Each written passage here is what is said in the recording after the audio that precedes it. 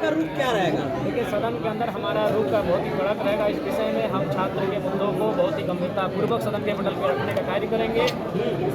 जयराम जी, कई छात्र अस्पताल में जेरे इलाज हैं, आप देखने जाएंगे? जी, कल के बाद उनसे मुलाकात करने के लिए जाएंगे। जैसे ही हम रांची छोड़ेंगे उनसे मिलने जाएंगे। पक्ष के लोग कह रहे हैं कि पूरी तरह से राजनीति हो रही है, कोई मुद्दा ही नहीं है आप लोगों के पास।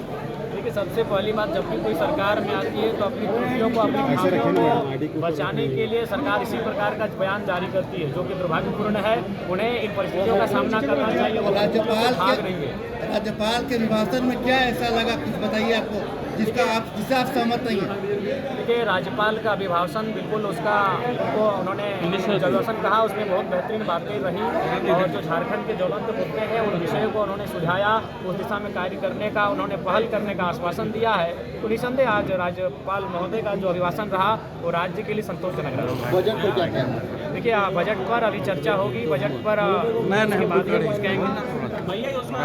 जिस तरीके से आपको लग रहा है कि नहीं आसान नहीं होगा, उसके लिए आपको कटौती करना होगा। हो सके उसके लिए आपको मैंने बहुत सारे ऐसे विषय हैं, ऐसे सेक्टर्स हैं जहाँ आपको बहुत कटौती करना होगा। जयराम जी, आपका क्या स्टैंड रहेगा? देखिए, हमारा स्टैंड जनता के लिए रहेगा। जो भी विषय या फिर जो बजट लगेगा कि वो जनता के लिए हितार्थ के लिए उनका स्वागत होगा, लेकिन जो लगेगा कि यहाँ ये नहीं होना चाहे तो उस पर हम मुकर के बात को रखेंगे। ये योजना पर जयराम जी का क्या स्टैंड है? उस पर स्टैंड मेरा पहले भी वही था, आज भी वही कि बिल्कुल गलत स्टैंड है। आप 18 साल की लड़की को अगर 2,500 रुपये फ्री में देंगे तो जैसी बात है वो अपनी प्रतिभा को कहीं ना कहीं खो देगी और कहीं ना कहीं वह आलस स्वभाव की हो जाएगी। मतलब वो तो कह रहे हैं कि सशक्तिकरण के लिए नहीं, सशक्तिकरण नहीं है। बिल्कुल महिलाओं की सशक्तिकरण का मतलब उन्हें पढ़ाइए, आप सुरक्षा को मजबूत कीजिए। जब एक बेटी 12 बजे रात को भी घर से बाहर जाए तो उसे ये भय ना लगे कि उसके साथ रास्ते में कोई घटना घट सकती है। सशक्तिकरण का मतलब फ्री में 2,500 रुपये देना नहीं होता है। सशक्तिकरण का मतलब होता है उसे मानसिक रूप से, शारीरिक रूप से और सामाजिक रूप से मजबूत बनाना। माने आप इसका विरोध कर रहे हैं मैया सम्मान योजना पर भी असर पड़ेगा इसका? सरकार के बजट पे ही असर पड़ेगा। सरकार को मैया सम्मान योजना को बरकरार रखने के लिए बहुत सारे विषय हैं जिनमें कटौती करनी होगी। अभी हाल ही फिलहाल पेपर में पढ़ रहे थे कि कुछ कई हजार बच्चों का जो मिड डे का मील है वो नहीं दिया जाएगा। वो मिड डे का मील इसलिए नहीं दिया जाएगा कि उस पैसे को मैया सम्मान की भरपाई में योगदान दिया जाएगा।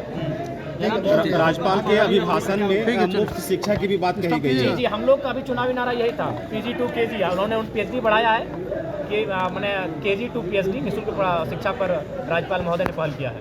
जयराम जी, जो मजदूर बाहर फंसे हैं उस पर भी कोई बातचीत हुई? देखिए, दोबारा नहीं, लेकिन जो चूँकि वो 3 विधानसभा का मामला है तो तीनों विधायक इस बात को लेकर काफ़ी गंभीर है और उस दिशा पे कार्य चल रहा है। हम लोग अपने स्तर से भी जो हमारे साथी बाकी विदेश में रहते हैं उनसे हम लोगों ने लाइनअप करने को कहा। हमने कहा गैर सरकारी सुविधा और सहायता भी अगर उनको मिल पाती है तो आप वहाँ तक पहुँचाएं। धन्यवाद।